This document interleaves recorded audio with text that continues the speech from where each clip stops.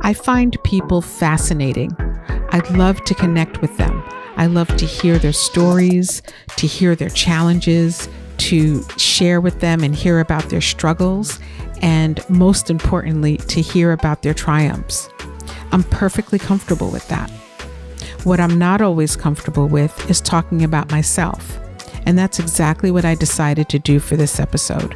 This week, I turned the table on myself and asked my creative director, Lisane Basquiat, to chat with me as I sat in the interviewee seat, or maybe the hot seat. We had a blast with this one, and here's our conversation.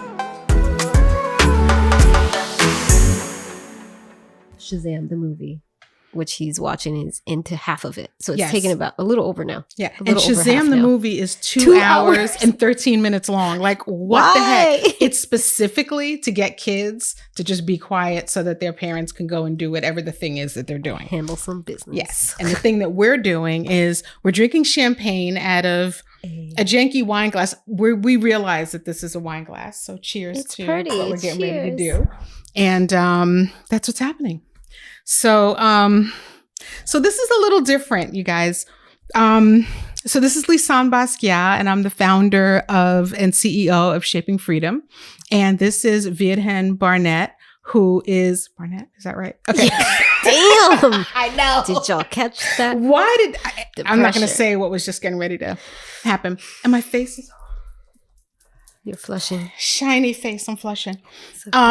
So this is Lisane Basquiat, and Lisane is a close personal friend and the design Creative director is the title that that I appreciate most. that I know. Because that always like draws in like a blank, like, what is the thing? things. All the things. All Is the it things. like creative and brand design and digital and all of that? So Lisane Basquiat is the creative director for Shaping Freedom and also for the Love of All. And what Lisane does is help us to stay on brand. She yells at all of us. I was just going to say that. I Quite get a bit. to nag everybody. Quite a bit. Is it on brand though? Yes. And Lisane has been part of this team from the very, very, very beginning and actually helped to work on a project that I was working on before Shaping Freedom. And so here we are. Yes, I get to ask you questions today. Yeah. So we're doing something different. I was actually on vacation for a few weeks, and we were talking today about what we're going to do for the next episode. And I was having a conversation with Ryan Tillotson, who is the producer and the CEO of, I think he's the CEO of Straw Hut Media. Yeah. And so Ryan and I were chatting, we were talking about, what to do for this next episode. And what we decided to do is to have me interviewed. And so Lisane and I are just going to have a conversation, and we are going to, I'm going to answer some questions that Lisane has prepared. And the way we're doing this is we have a little bowl. Yes. And if you're on the podcast, you can't see it, but I think maybe we'll load the video on the website. It's so pretty, guys. Yeah. So it's this little bowl, and it says, I love you with all my heart and soul. Aww. And so, I can feel that my face is super sweaty. It is, right? It's so glossy. This is the great thing about while she's doing that. I've got some questions for Lisane, and she told me I can ask her anything. Anything. Maybe that's why I'm sweating. I'm like, was that a good idea? And I feel like I know a bit much, so I tried to target questions that everybody might enjoy or have. Yes, for her. Some silly stuff, some fun stuff, some deep stuff. Yes. And so here's the thing. Mateo is upstairs watching this movie. And because he's watching the movie, well, not because he's watching the movie, but because we're recording, I have the air conditioner off because I don't want to hear I know that Ryan's going to yell at me because of the blowing of the fan and the background noise. So I'm sweating my butt off. Okay. So in real life, without any more tomfoolery, I'm going to sip my champagne, and I am going to answer anything that Lisane asks. And So excited. do I get a pass? Like, do I get a pass that's a or good two? Question. Can Do I you want a have? pass? I mean, yeah, this is your show. You can have a pass. I can have a pass, right? Duh. Yes. You know if I say no, I'm getting fired. So duh. Yeah, No. really? Just That's kidding. so Just not kidding. true. I'm just Yes, kidding. it is true. No, I'm joking. So I'm going to use this little thing. This will be the pass. Okay, cool. But you know what? I talk about courage that's right. and about standing in your truth and authenticity. So you know what? Ask away. Go ahead. Time Let's do to it. show up. Let's do it. Okay, so my number one question here is, what is shaping freedom and why? Okay. What is shaping freedom as a concept or as a company? As the company, as the concept, where did it come from? Okay. How did it begin? Excellent. So shaping freedom, let's talk about the idea of shaping freedom. It's my belief that we have the ability to create the world that we live within, and that we already are doing that. So every day we're creating the world that we live in, and we're doing that through the thoughts and conversations that we're having with ourselves. And so what Shaping Freedom suggests and guides people to do is to help them to have a better understanding and awareness of the way that they're creating and crafting their own life experience. And by having that awareness and understanding, then moving to the next phase, which is getting into the driver's seat and actually creating a life experience that they really want to have. And so as these words are coming out of my mouth, they sound a little ambiguous, even to me. Yeah, I was just going to be like, what does it mean to get into the driver's seat? Getting into the driver's seat means that you have resolved, the relationship, or that you're working actively on the relationship that you have with yourself. Getting into the driver's seat means that you're living a life on purpose. It means that if you, in your soul and heart of hearts, know that what you want to be doing in this world is a particular thing, that's the thing that you're actually doing. Getting into the driver's seat means that you are taking 100% responsibility and accountability for the way that your life is going. What happens so often is that we get into jobs, relationships, situations with people, and situationships, which are really popular. Situations. Right, I heard that somewhere. Did I? I don't know where. I was watching something the other day and heard that word, and I guess I've now been programmed. But we get into situations and jobs and relationships with people, and when things start to go awry, the first thing we do quite often is we point to that person or that situation, and we talk about the things that are happening, the things that our boss is saying or doing, the things that our lover, husband, wife, girlfriend, boyfriend, the things that they're doing that are leading to discomfort for us. And we spend a whole lot of energy talking about those things versus really getting into the driver's seat and looking to see what that person is what that person's behavior is doing to trigger something that's inside of us. And so my goal is to help people and show people how they can have the courage to stand up for, and most importantly, to themselves in order to get to the place where they are living a life that they really, really want to live. I love that. Is that clear? That makes sense? I think I was gonna looking for a follow-up question, but I'm like, I think that's pretty clear cut. Yeah. So Shaping Freedom is really, that's the, my mission is to help people to stand up for and to themselves, to have the courage to stand up for and to themselves so that they can actually live a life that they enjoy living. And the freedom part of it is what happens when you eliminate, cut away, release, discard, walk away from, step off from the things in your life, dump the things in your life that are not working for you. Whether it be the career that you chose, what happens is, sometimes we go into a career because, because you need to make money or because someone told you to do that. And if you're doing that and that's what you love doing, that's great. But if you're living a life where you are continually in combat with yourself on the inside, where you're continually telling yourself to be quiet, to shut down, we'll be okay. If you're doing that, you're not free.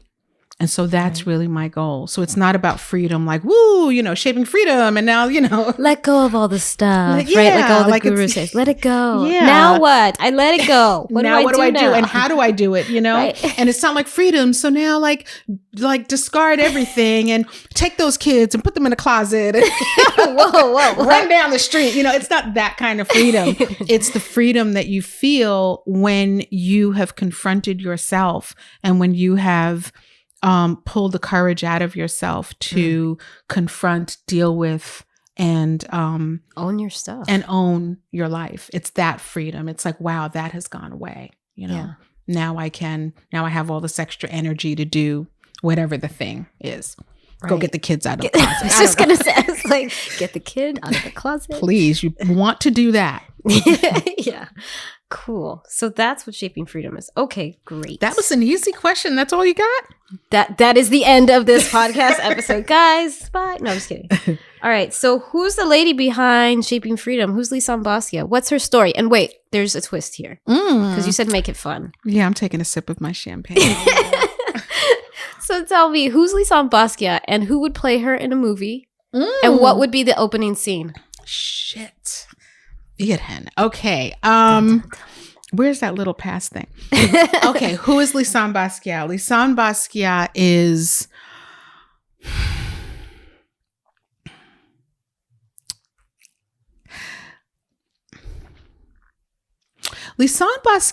is can be a little bit quirky at times. I didn't expect that. I know. Lisane Basquiat can be a little bit quirky at times. Lisane Basquiat, I fiercely love my family. Absolutely. I really love my family.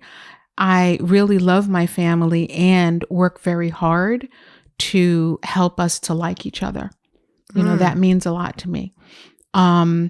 There's no one in my family most of the time that I wouldn't like hang out with, that I don't just really, really love and like being around. I love my family. I like the members of my family. We stand up for each other. We stand up to each other. We are protective of each other and protective of each other in a very real way. So I'm a person who wants to live my life standing up. I'm a person who, it's really important to me that I am awake in this life experience that I'm having. That's very real. That I'm doing what I'm doing because it's something that makes sense to me, because it's something that's in alignment with my life purpose, that it's something that really resonates with my soul. I'm a person who believes that in not using categories, but really using human connection and relying upon human connection, meaning that I don't live in a world of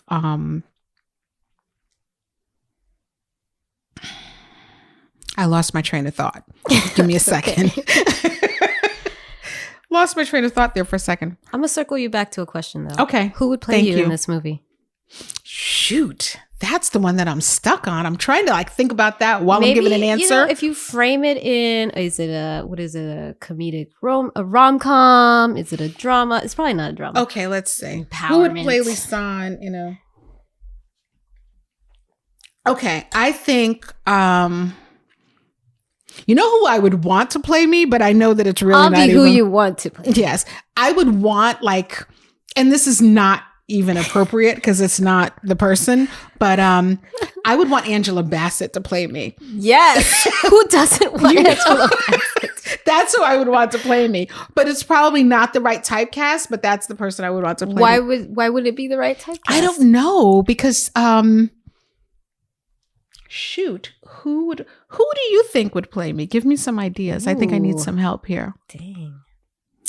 I would actually say somebody like Regina Hall. She's super goofy. She's really, but there's so much depth to what she does at the same time. Okay. And she's got this new role where she's like playing a lot of like boss ass ladies. And I feel like it kind of in a similar space. Like she could. That would be an interesting story. It would be so That fun. would be interesting. It would be fun. Okay. I'm a little stumped on that question. And so I'm perfectly Somewhere willing to between answer Angela it. Bassett. Somewhere between Angela Bassett, Regina Hall, and I don't know, Bette Midler. I don't know. Bette Midler. I don't know why Wow. I said that. Okay. So here's the thing. I'm going to ask you folks when we post this thing on Instagram or wherever we're posting it. Tag them now. Yeah.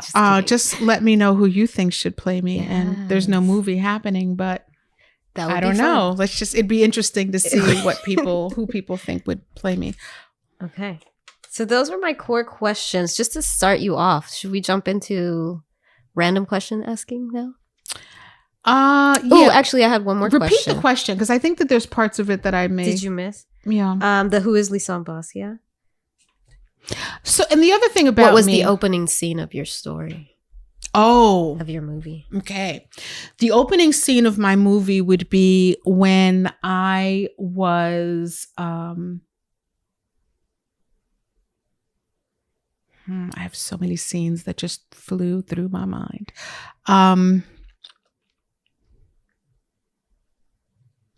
This is harder than I thought it would be. Now you're going to email all of your I know, your interviewees like, oh my God, guys. I don't know what the opening scene would be. What I will say is that I don't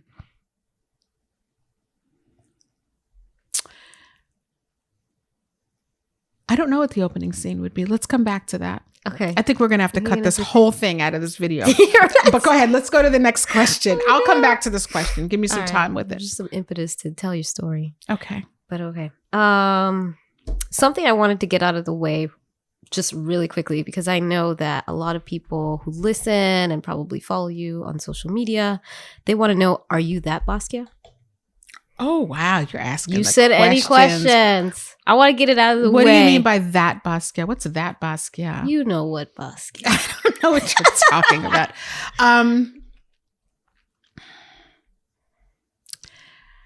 Wow. Okay. Wow. Okay. Here I'll go back to who Lisane Basquiat is. Okay. So who I am is a woman who was raised primarily by my father. And I was raised in Brooklyn, and I am the daughter of a Puerto Rican mother and a Haitian father. And I started my life in the 60s in Brooklyn when I didn't know anyone else who was like me. So I went to public school in Brooklyn with people who talked about going down south or going to different places to go see grandparents or to hang out with family during the summer. And I had not had that experience because I was a first generation child of a Haitian father who left Haiti during the era of Baby Doc, and a mother who was a Puerto Rican woman of color. And so I grew up feeling a lot like an other. You know, I didn't know anyone else who was not raised primarily by their mother. And the folks that I knew who were raised primarily by a single parent were raised by a mother, not a father. And so that was very interesting. I also was raised in an upper middle class household. And so that put me in a situation where I really didn't have a lot of points of connection to the people that I went to school with. I went to public school in Brooklyn. And so it was a very interesting experience. And I got into some red bone fights.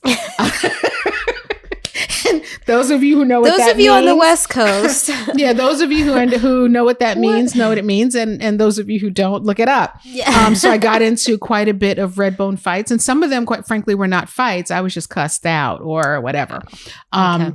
And there was a lot of that. And so I grew up in Brooklyn, and I've always had a mouth on me. Always. No. Right? I've always had a mouth on me. And I also have always had I've always been a bit of an observer. You know, I recently looked at a home video of myself when I was about 3 or 4 years old. Oh, wow. And it was incredible how old my eyes looked. You know, as a woman who, you know, decades later, I looked at this video of myself and I was like, wow, that's a little girl who sees things. She sees things and she knows. When I was 3 years old, my parents were in the middle of separating, and there were some things happening in the household. And I, at that age, asked my father if he could raise us, if we could live with him. And he said yes. And he did. And this was a man who was a Haitian immigrant who had worked and went to school full time at night in order to get educated. He was one of the youngest executives and the only Black executive within the company that he worked for at the time. Awesome. And he raised 3 children primarily by himself. And I just want to amazing. Be really clear that my parents co-parented, and that it was a slightly different arrangement than the arrangements of other people that I knew around me. And so having that experience really did a couple of things for me. What it told me is that the norms are bullshit. The norms are decided upon things, and that people can decide how they want to live their lives, and that it doesn't have to be this very traditional kind of road, because that's not necessarily the road for everybody. It also helped me to be able to have an incredible amount of compassion for the things that happen in people's lives that are sometimes a bit of a blind side. You know, and that people really can come together and come to themselves in order to figure out what they want to do and how they want to live, and make the decisions about what's right for them. Right. So I was raised, you know, me, my sister, and my brother were raised by my father, and we went through this crazy ass adolescence. And my father, who was crazy ass adolescence, we were crazy. Or let me change that. My brother and I were crazy. My sister was a little less. She was a little less crazy. She's listening to this, going like, "That's right." Get it right. Seriously. Years later, my sister would go to the junior high school and not high school, but the junior high school that my brother and I had gone through. And she said that on day 1, she got to the class, and when they went through the roll, the woman was like, no, damn it, there's another Basquiat in this class. Dang. And she'll tell you the story. And so we went through this adolescence, and a lot of it, you know, looking back on it today, was really, you know, just, you know, it was the 60s, the 70s, and we were just trying to understand what the world was about and what was going on. And there was a lot going on, and there was a lot that was very different about our household than other households. And there was a lot that was very different about us, you know, as a family. And so looking back on it today, I think we were just trying to find meaning in that, and also trying to find meaning in who the 3 of us are, who the 3 of us were. Fast forward, my brother was an artist, and he was very determined to be an artist, because that's what he came to this planet to do, and that's what he did. And he was very committed and dedicated to it. And he really, and I've said this before, but he really demonstrated what creativity looks like when you allow it to flow through you, and you don't get caught up in the filters and edits that so many of us creative people do. And so my brother was an incredible artist. And when I was 24, I believe, I got a phone call saying that my brother had passed away. And it changed everything. It was like later on, it almost felt as though we were all kind of on a bus heading someplace, and it just froze time in a lot of ways. And because Jean-Michel was so incredibly talented, and because he left such an incredible legacy in a profession that was completely new to our family, it really changed the course of our lives in a lot of ways, and in many ways it didn't. And I really do commend my parents for that, both of them, because they are, my father went ahead and managed my brother's estate until he passed away 6 years ago. And you hear that? That's Mateo. Mateo's ready. Mateo's on his way. Look out, he's going to come down the stairs. Da, da, da. And so he, my father managed my brother's estate until he passed away 6 years ago. And just the fact that his, losing a son and what that does, and what losing a brother does to, did to my sister and I, and to my mother and to my stepmother, and, all of that. In parallel, I did kind of the normal thing. I went out there, I went into corporate. I did that because that's what I was, kind of pushed to do. Haitians push their kids to be, Caribbeans want you to be a professional? Caribbeans, like white collar, be a doctor, be a lawyer. Yes. And so I went, and I didn't do either of those things, but I did go into corporate, and I made my way to working within business transformation, which I really loved. And it was, finding something that was failing or something that really needed, that was struggling, and the people that are around that and the processes that are around that, and helping them to get to a place of profitability and to good performance. I'm going to interrupt you right here. Not just because Mateo's standing over there, but because what was the title that you had in corporate? When I met you, I remember really being kind of mind blown by the title. I did. I was a director, and I did business transformation, organizational change management. Organizational change management is one of the things I did. Yeah. What is that? So part of the reason that stands out to me is because as it stands now, you're an entrepreneur, you own several businesses or head different organizations. And something that I see, and we can probably note from this episode, is probably this thread of making sure people own where they are in life. Yes. And part of change and organizational change, I'm guessing, as well. Yeah, absolutely. So this is like a common theme, even in your corporate life. You're striving to, make sure people are owning their stuff and working together to be able to build a life or a career, or a department, or performance. What was happening is I would have some senior executive who would, some senior executive who would, I wonder if people could see him in the mirror. I don't know. Because I don't know if my Apple Watch is still recording. I hope so. But anyway, so some senior executive some senior executive would come in and say, okay, I want this department to be profitable, for example. And it's a very kind of ambiguous goal. And they would say, well, I found this new technology, and let's just install this technology, and whatever the thing is that I want is going to happen. And so then they'd ask me, because I'm kind of a fixer of messes, to step in and to help to do that. And I would get in there, and the first thing I would ask them is, okay, well, what do you really want? What is it that you really want? What's your end game?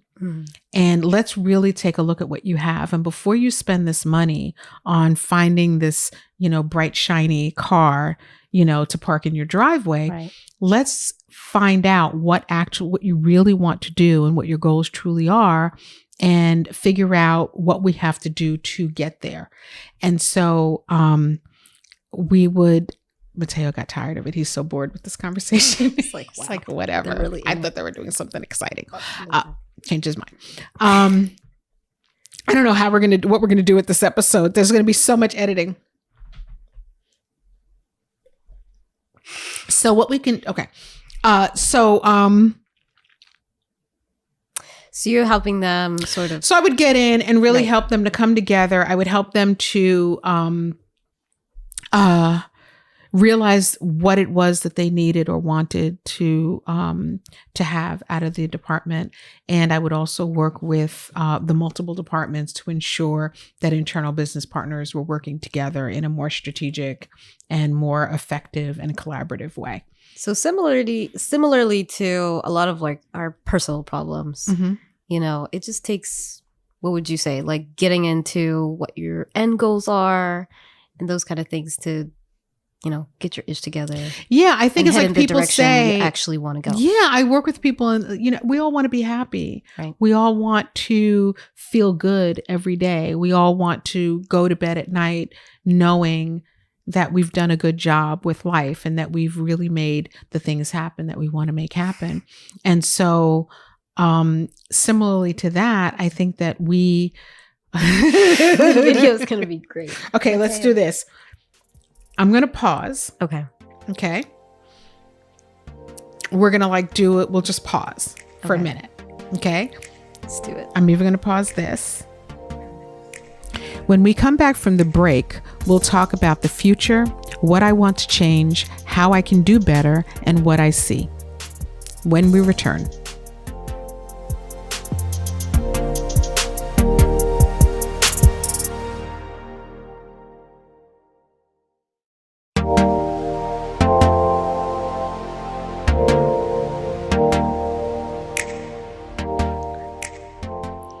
Okay, so before you were in corporate, what's your question, Viet Hen? Stop up. I was rolling. I was gonna ask, before you were an entrepreneur, you were in corporate. Yes, I was. And one of your titles was organizational change management. Can you tell us a little bit about that and how that has like a common thread in your life and in the work that you do today? Okay. So I was a project manager, and what I would do is lead these enterprise-wide projects so enterprise-wide meaning like I worked for these really large Fortune 500 companies, and I would lead projects that were focused on changing technology or making a complete change to the way that a business operated. And so what organizational change management does is there's something that's going to happen, and it prepares the department, the people, the organization for the change that's occurring.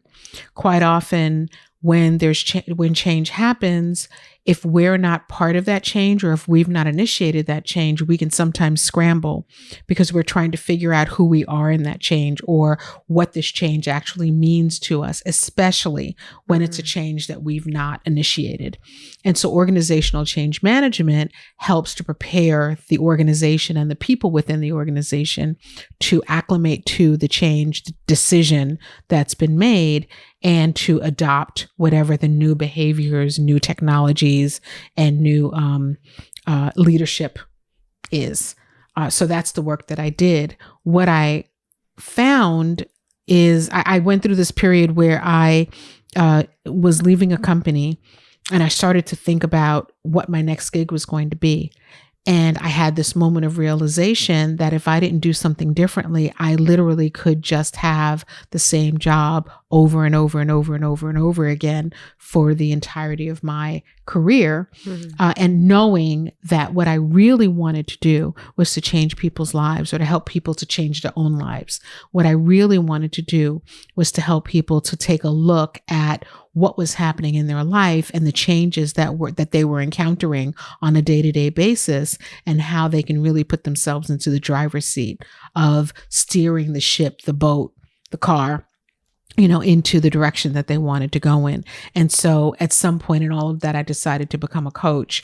And then in 2008, I decided that I was going to do this coaching business that I had started, that I was going to become an entrepreneur full time. And that's what I did. Awesome. Cool beans.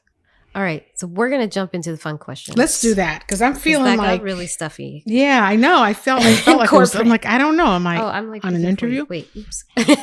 Oh, so I have to pick the question. Pick them, I'll read them. Okay. No, not.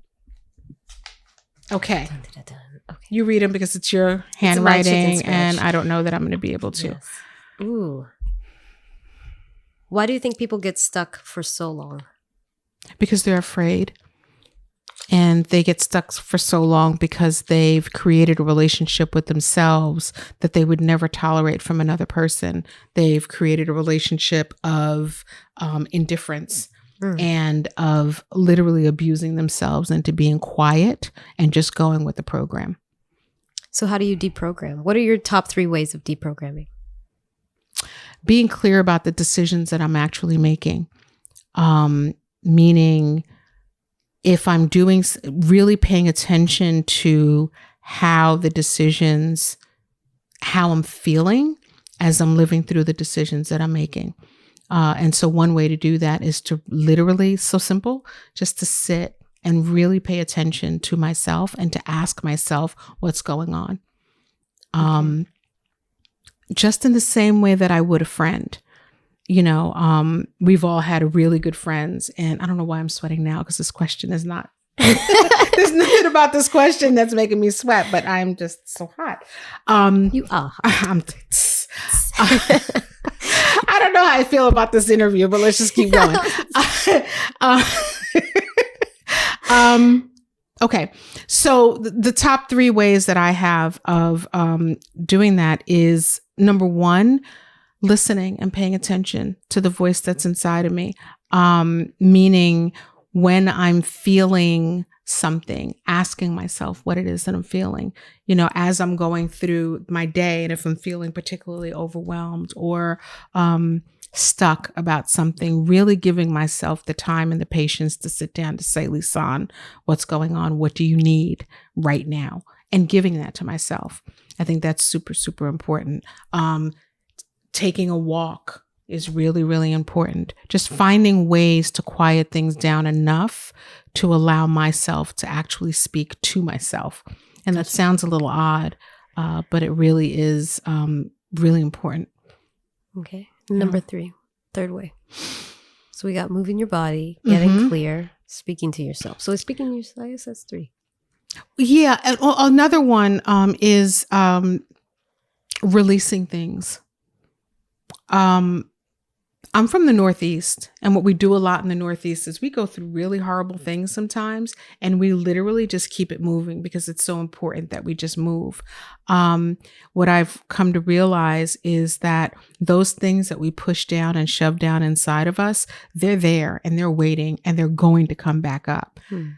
Just like every other bodily function. Yes, like everything else. Seriously, you can't shove it in there and not expect it to come out in some way.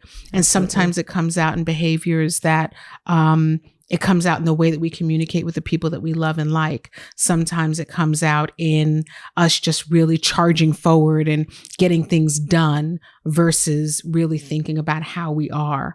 And so it's really, really important to understand the natural processes of life, which are, you know, things come in, they really have to come out in some way. And so what I try to do is when something does happen, I stop and give it the moment that it needs to be able to release it so that I'm not still dealing with something that happened 5 years ago, you know, 7 years later in a conversation that I'm having with someone that I love very much, or in the conversation I'm having with myself about a job or about, you know, a career move or a business decision.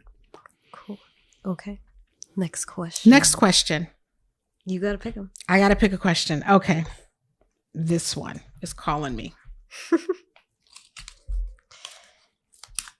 The editing process of this thing is going to be very interesting for whomever. I'm so sorry. I know. I am apologizing. Virgen is a virgin at podcasting. Virgen the virgin at podcasting. Yeah. What are 3 things you do every day to keep it together?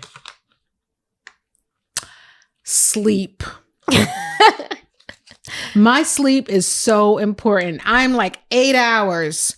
Like I'm getting my 8 hours. So sleep, super, super important. I give myself the first hour and a half of my day. So what that means is outside of the people that are in my favorites, my daughter, my family, my son, my family, I do not allow social media, news, emails, any of that stuff. I don't allow any of that in. So what that means is I don't touch my phone, and don't deal with my phone and everything that comes with that at all. I give myself the first hour and a half of my day. And so what that looks like is I will meditate, I journal, I pray, I talk to God, I quiet down enough to hear God speak back to me or say something to me. I check in with myself to see how I'm feeling and what's going on inside of me, through paying attention to the dialogue that I'm having, because that's typically a really good indicator of the quality of the relationship I'm having with myself. I most mornings get up, and before I do anything else, or before I kind of get into too much, I will throw on my sneakers and go for a walk and take a nice long walk. Nice. I love that you phrased it as giving it to yourself. I must, because the world is waiting. It's like, and the funny thing is that a lot of times we act like the world is like popping in and saying, "Hey, come out." That's not what's happening. The times that I've not done that, it's been because I made that decision where I'm like, "Oh, let me just look at my phone and crap, they emailed me. I have to do this." And I start getting into my to-do list and all of that. And so I think it's super, super important to give myself that first hour and a half every morning. That's one thing. The second thing that I do is, I think we did sleep, giving yourself the hour and a half. Give myself an hour and a half. And I actively work to tell myself the truth. Ooh, what does that mean? It means that to tell myself the truth about what's going on, and to not throw it on other people. So what that means is if I'm in a funky situation with a person or with a thing or with something that's happening in my life, I take a moment to ensure that I am telling myself the truth about it. And that the first thing out of my mouth, even if it's in my mind, is, okay, what's happening? What is this showing me about what's happening inside of myself? Versus, well, she's getting on my nerves and she's doing this, and because which is so easy. So simple. Yeah. Oh my gosh. People give so many reasons why you can do that every day. It's really easy. And it's negative and it's heavy and it's bullshit. And you're never going to resolve anything doing that. And it doesn't mean that people aren't doing things that, where behaviors that maybe they need to shift. But it's really important to me that I'm clear within myself so that I can have a conversation that is going to actually result in the change or, the thing that I want to have happen. Okay. Next question. Okay. How many of these we're doing? I don't know. I don't even know how long this interview is so far, but Ryan's going to be like, this was not a good idea. Sorry, Ryan. Okay, I think I asked. You got to pick another one. Okay. I asked this already. My bad. Okay. Ooh, parenting joys you didn't expect. I love what happens on the other end of the diapers, the yelling, the go to bed, the do your homework, the,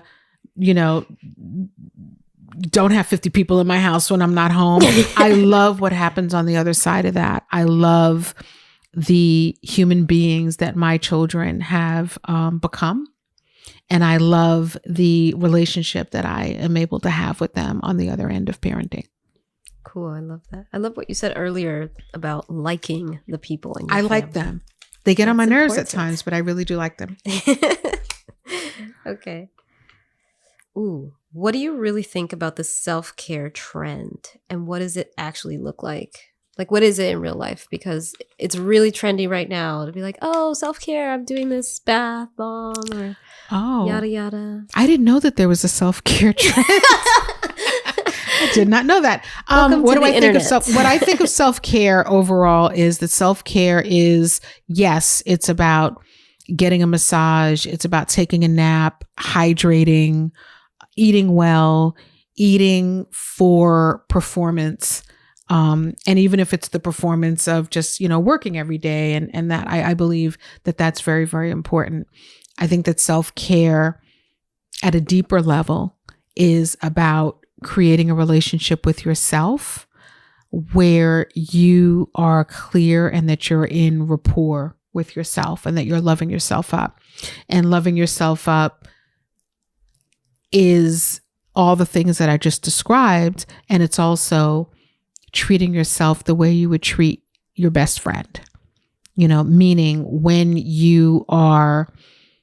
if you were in the middle of, if your friend was on a cliff and called you in the middle of whatever you were doing, most of the time you would drop things and go and see what's going on with your friend and talk to your friend and help your friend through whatever that situation is.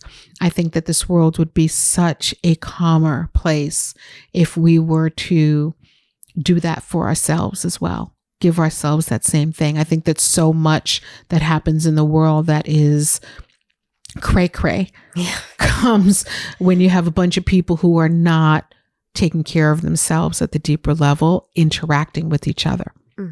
Absolutely. Another question? Yeah, let's do it. Oh, wait. You pick one. Go ahead. All right. This was just parenting BS you wish people would have shared with you. This is like these are all your questions. Parenting BS that I wish people would have shared with me is how exhausting it can be, especially when children are younger.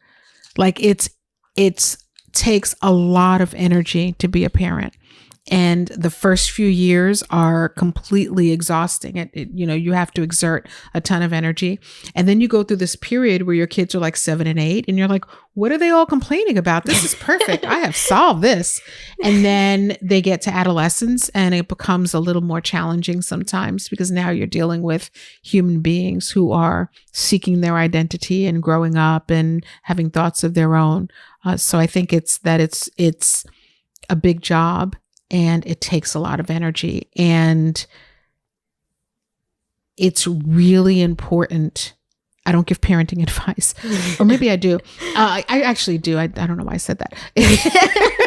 It's really important that you deal with yourself. I think that people attempt to work things out through their children. And I think that is incredibly unfair to not live your own dreams, not listen to yourself, not have a good relationship with yourself, and then turn around and put that on your kids and tell them things like, I never went to college, so now you have to go to college and become a drummer and, be a circus performer. I don't know what the things are. I think that is incredibly unfair. Right. I think you're never too old. Certainly, age factors into some things, but I don't think it's fair to have not made the decision to go to school. I'll just use that as an example because it's such a common one, right. To not live your dreams and then put that kind of pressure on another human being. Because when you do that, there's no room for that person to find and figure out who they are, because they're then carrying your baggage and trying to figure out what their candy cone is. It's just not fair. Absolutely. Yeah. And I think that's so important. Just circling back is, there's space, there's always space for you to come back to yourself, love on yourself. Yeah. Take care of yourself, yeah. And that just freedom. Exactly. Bake it into your life. Seriously. And there's room for you and there's room for your kids. And I think that I know that we are so much happier when we're being true to ourselves. Absolutely. Okay. Another question? Okay. Yes. I'm just picking them now. Okay, that's cool.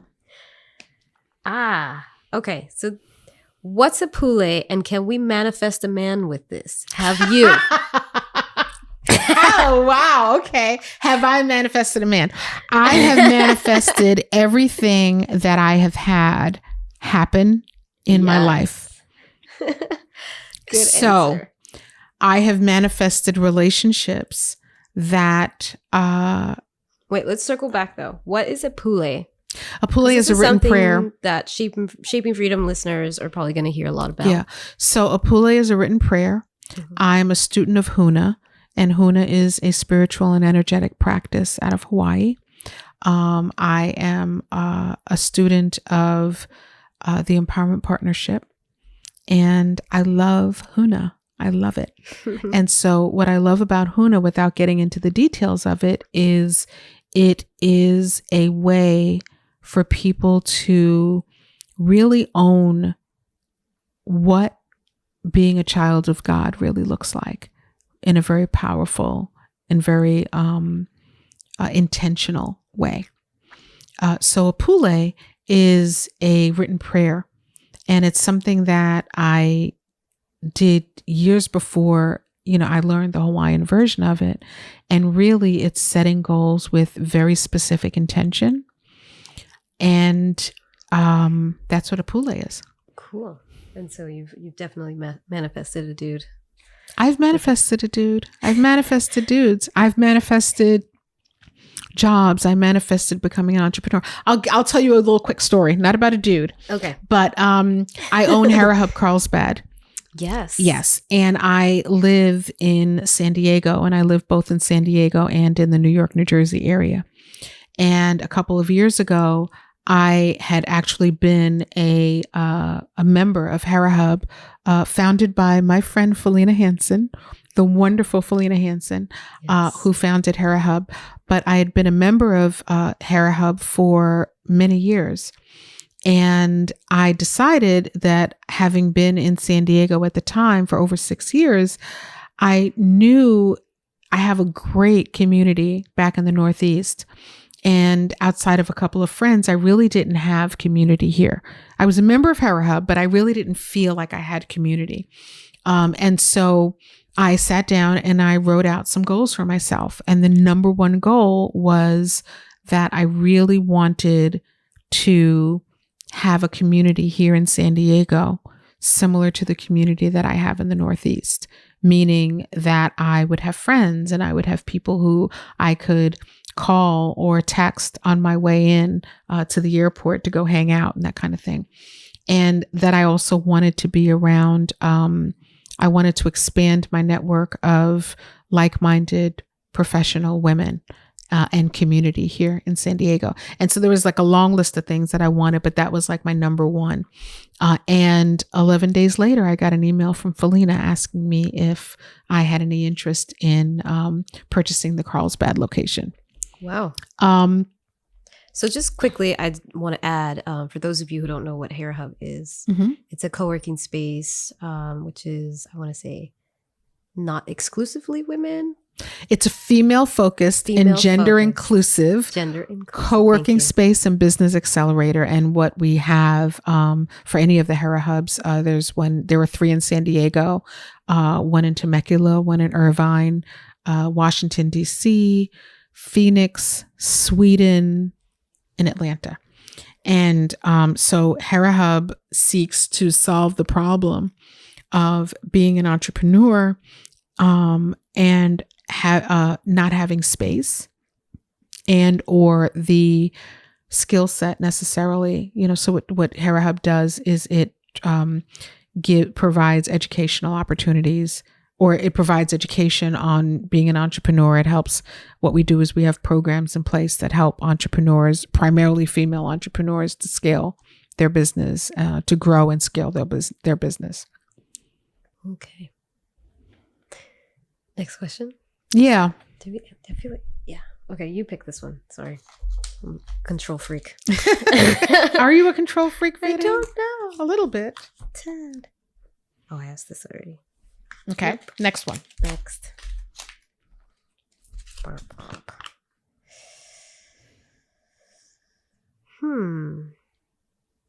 What do you want to change about your story in the future? What does your story read? Let's say 5 years from now. What do I want to change about my story? Oh, one thing is in 5 years or by 5 years, I want to stop saying that I want to write a book. I want to have already done that. Big one for me. What I do want to change about the legacy of my family is, I've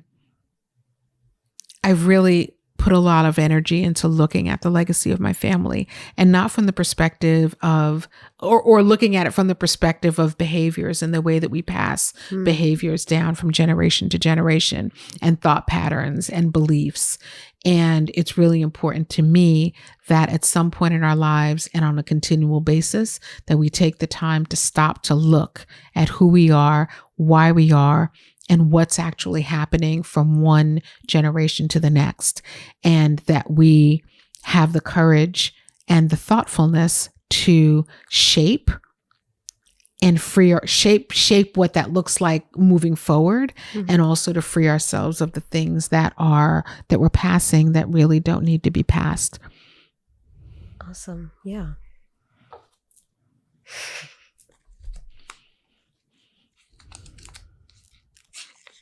Okay. If I can unfold this. What did I do? Okay. Ooh, what's next and who's coming with you? Ooh. Okay. Oh, there's a sassy look there. Okay. What's next? What's next for me is shaping freedom is really important to me. I've done a lot of work in my life, and I've had a lot of impact in my life so far. And shaping freedom is the project that is the most near and dear to who I am, why I'm here, and what my path needs to look like. And so what's next is the continued evolution of shaping freedom, of the concept of shaping freedom, and the movement that I'd really, really, really feel deeply committed to creating. And by movement, I mean just, even if it's one person who, through having experienced shaping freedom, makes the decision to really look at the behaviors of their legacy and make a change to that. Or if there's one person who decides that, or recognizes the fact that maybe they're sitting in a life that's not the life that they really want to have, and decides to go and do things a little bit differently. So that's what's next is the continued evolution of shaping freedom. What's next is writing, and just really continuing to evolve and expand and have impact and get closer to who I really am meant to be, and more of that. And who are you bringing with you?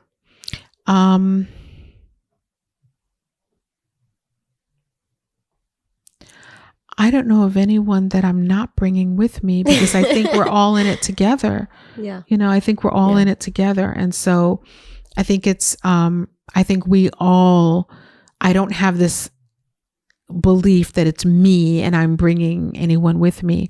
It's more, I think that like attracts like. And I think that those of us who, resonate with the same end goal will move in that direction, and will move in that direction in some ways like on the same road, and other ways on our own road, and holding hands. And, I think there is so much opportunity in this world. There's so much opportunity during this lifetime. And I really, really, really want to spend the remaining time of my life helping people, guiding them, teaching them how to shed the bullshit that makes this earth, the things, if you're going to do something, let's do something that contributes to making this earth and this planet a better place. And a lot of time it really is about unlearning behaviors that lead us to places that we really don't want to be. And so it's really important to me, and it's my life commitment to help people to understand the behaviors that will get them to where they want to go, and to own the life story that they're actually writing, to really get that, to own their life story. And, and it's not, necessarily about it's not at all about victim, and, it's not about victim. It's really own it, stand up to yourself, because what happens so often is, we go into, we want other people to stand for us. We want our bosses to promote us. We want our lovers to treat us really well and to help us to care, to show us what it looks like to care for ourselves. We want our parents to accept us. We want our parents or other, people who we see in an authoritative place to dub us okay and to dub us worthy. Perfect and worthy. Right. And I believe that we can really, with some courage, with some encouragement, and with some teachings, that we really, really can sit down and learn how to do all those things for ourselves. Because how much better and more joyful a life could you have if you are doing your work and you encounter other human beings who are doing their work? Yes. So that we're all here doing our work together. Absolutely. And by doing that, it will help those of us who maybe aren't in a place where we even understand what the work looks like. The more of us who are doing our work, the better it is for all of us, including those of us who maybe don't know what the work even looks like. Absolutely. Yeah. I really hated that feeling in school of being part of that group project. And being the only one doing their work. Yeah. It's so cheesy, but the reference really works, because when the whole team gets together and they're enjoying each other and, getting creative ideas and putting that into motion, that's when the really good stuff comes out. Absolutely. Absolutely. Yeah. And it's about everyone taking responsibility for their work and really owning the feelings that we're having and the behaviors that we're exhibiting, Yeah. And it's not always easy. It's simple, but it's not always easy.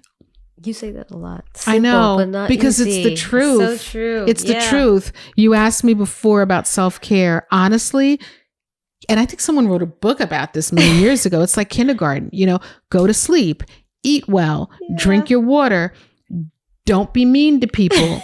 Don't haul off and slap people with, physically, and or with your crap. Don't be cranky and just be putting that on other people. Right. Don't refuse to listen to your own voice and then get pissed off with people because they're helping you to not listen to your own voice.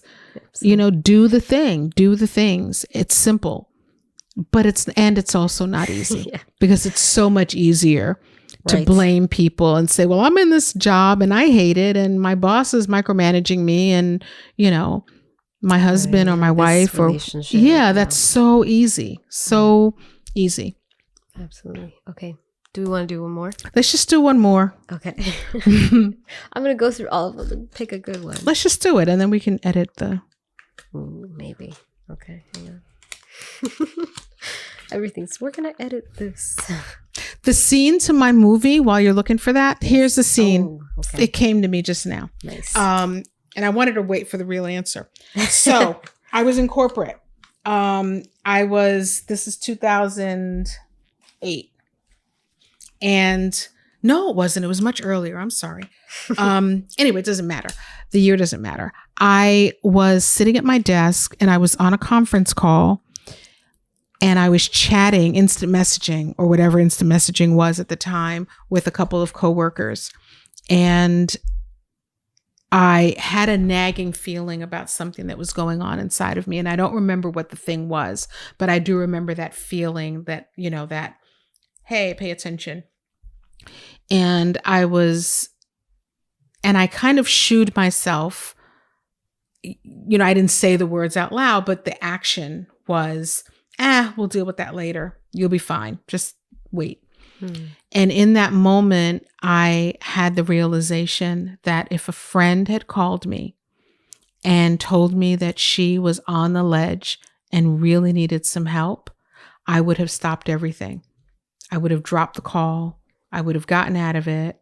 I would have shut everything down to deal with, to help my friend. Yeah. And I had that moment of realization that I had done to myself something that was so cruel and something that I would never do to a friend.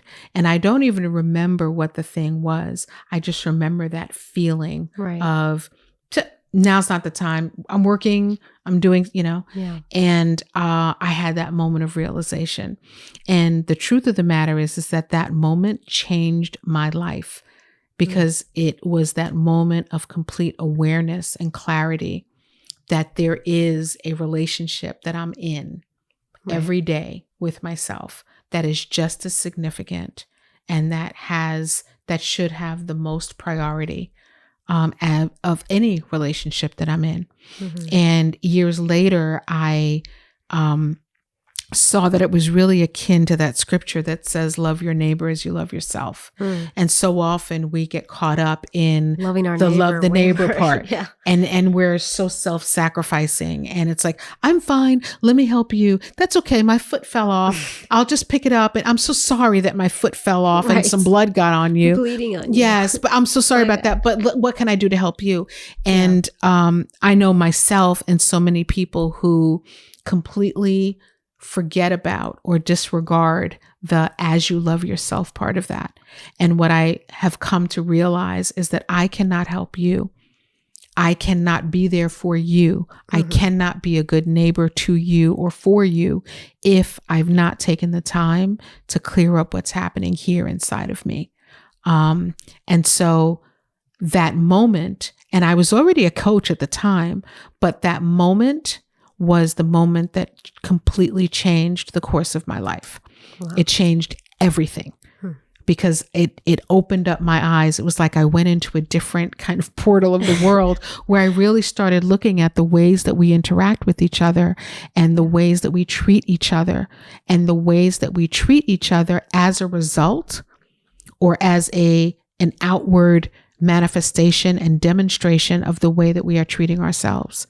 And it flipped everything on its head. And what I realized is that when I am being shitty to someone else, it's because I'm being shitty to myself. Right. When I'm not keeping my word to other people, it's because I am not keeping my word to myself.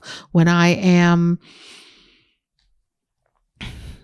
neglecting another human being, it's because I'm neglecting myself. Yeah. And so it really helped me to get into the driver's seat and to really understand what that actually looks like. Absolutely. Yeah, that's so powerful. I just had someone tell me, I said, what are you passionate about right now? And she said, I'm becoming woke. And I thought that was funny because, woke, we relate that to, what's going on in politics, what's going on education-wise, all those things. But what she really meant was like she's awakening to herself, listening, really looking at what's happening. And it feels like that whole, now my eyes are really open, and I'm really taking inventory on what's going on with me. Yeah. And I think that, there are a lot of jokes about the whole, being woke and all of that. But the truth of the matter is that our relationships would be so much more fruitful. Our relationships are so much more fruitful when we're awake in them. Yeah. And when we're not looking for, when you're with people or in relationship with people, you absolutely want the person or those people to help you. That's what we're here for, to help each other, to support each other, but I it's not fair for me to ask you to do something for me that I'm not willing to do for myself. Yeah, absolutely. Or for me to live a life where I'm creating this story, of me like being the person who's just working so hard to help other people. And then, I'm kind of sitting in this kind of victim of, this victim no place. Does it for me. Yeah. I have not yet figured out who the person who's going to play you in the movie. Who would play me? I don't know. I think we can just like put that out there and ask people to help us with question. that. Yeah. Is there anything else about this project or anything else that you want to ask me? I think it's pretty clear now, and I don't have any more questions about the project. Okay. Anything else about me that you want to know? So the last question was, and I'm just going to play with this. What would you tell your 16-year-old self, and what would she tell you today? Oh, wow. Okay. Because we've gotten pretty deep, so let's try to keep it light at the end, maybe? Is this light? I don't No. know. You're like, nope. I would tell my 16-year-old self, do the thing. Do it. And go. Oh, I would tell my 16-year-old self to go with your gut. I don't have regrets. I just don't, because things are things, Right. What am I going to do?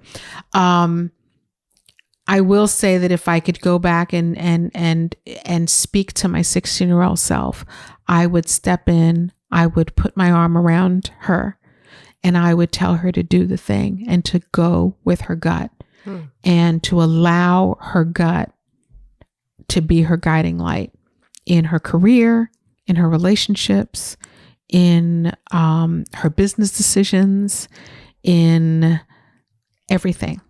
I would tell her to go with her gut, because your gut is your guiding light. It really is. And what happens later when you don't listen to your gut and when you don't respect and honor your gut is you then have to turn around and undo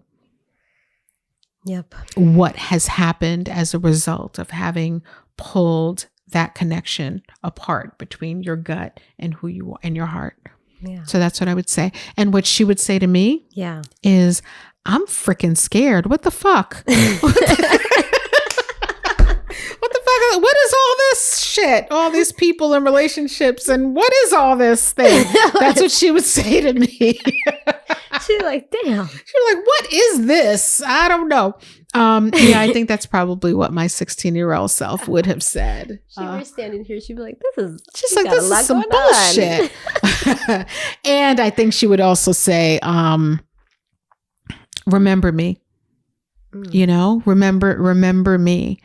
Remember me and love me as much as I love you, and trust me.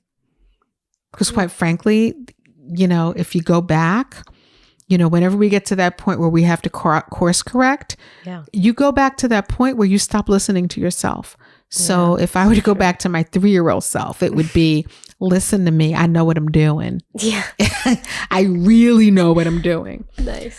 So this has been a very interesting road. I know, right? I don't know how we're going to get to an actual episode out of all this, but we shall see. Let the editors do what the editors do. But this has also been a lot of fun, and thank you, likewise, Viet-Hen, for taking for really taking some time and sitting down and chatting with me. And if there's any kind of last minute thing that I want to say, it really is to pay attention. Just pay attention to your own voice, pay attention to what you're saying, stay in relationship with yourself. And if you're doing something, or if something's happening in your life and it's not feeling right to you, not everything feels good, but if it's not feeling right to you, really take that as a true, real communication. Don't try to find a way to shut yourself down and shut yourself up and off, because there is nothing more important and more powerful than you showing up for yourself and standing up to yourself during this lifetime. So this has been an interesting kind of episode. Definitely. Thank you, Viet-Hen. Thank you for having me interview you. Hopefully it wasn't too crazy. No, it wasn't too crazy at all. I also, as you know, just spent 27 hours. Right. We should disclaimer. Folks. I know we should have said that to begin with.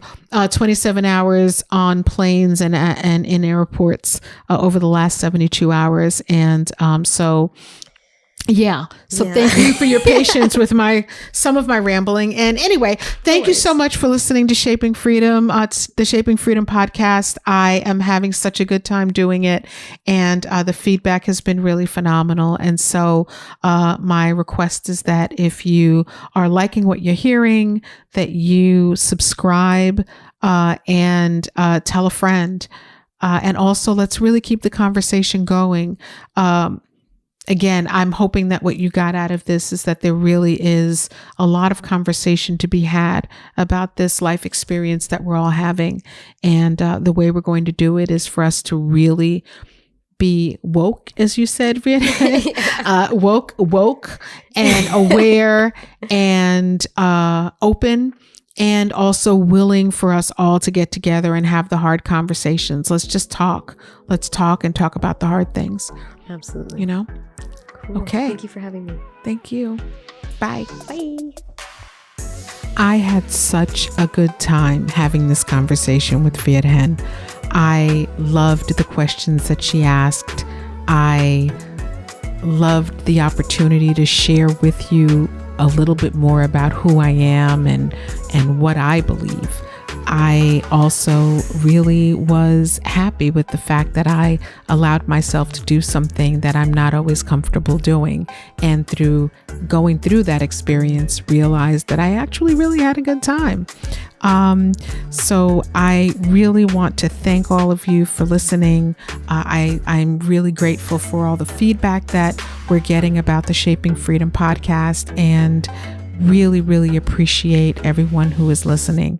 Please do take the time to rate and review, because it really is the best way for us to get Shaping Freedom out there. And I'd love to do that and really appreciate all those people who have subscribed so far.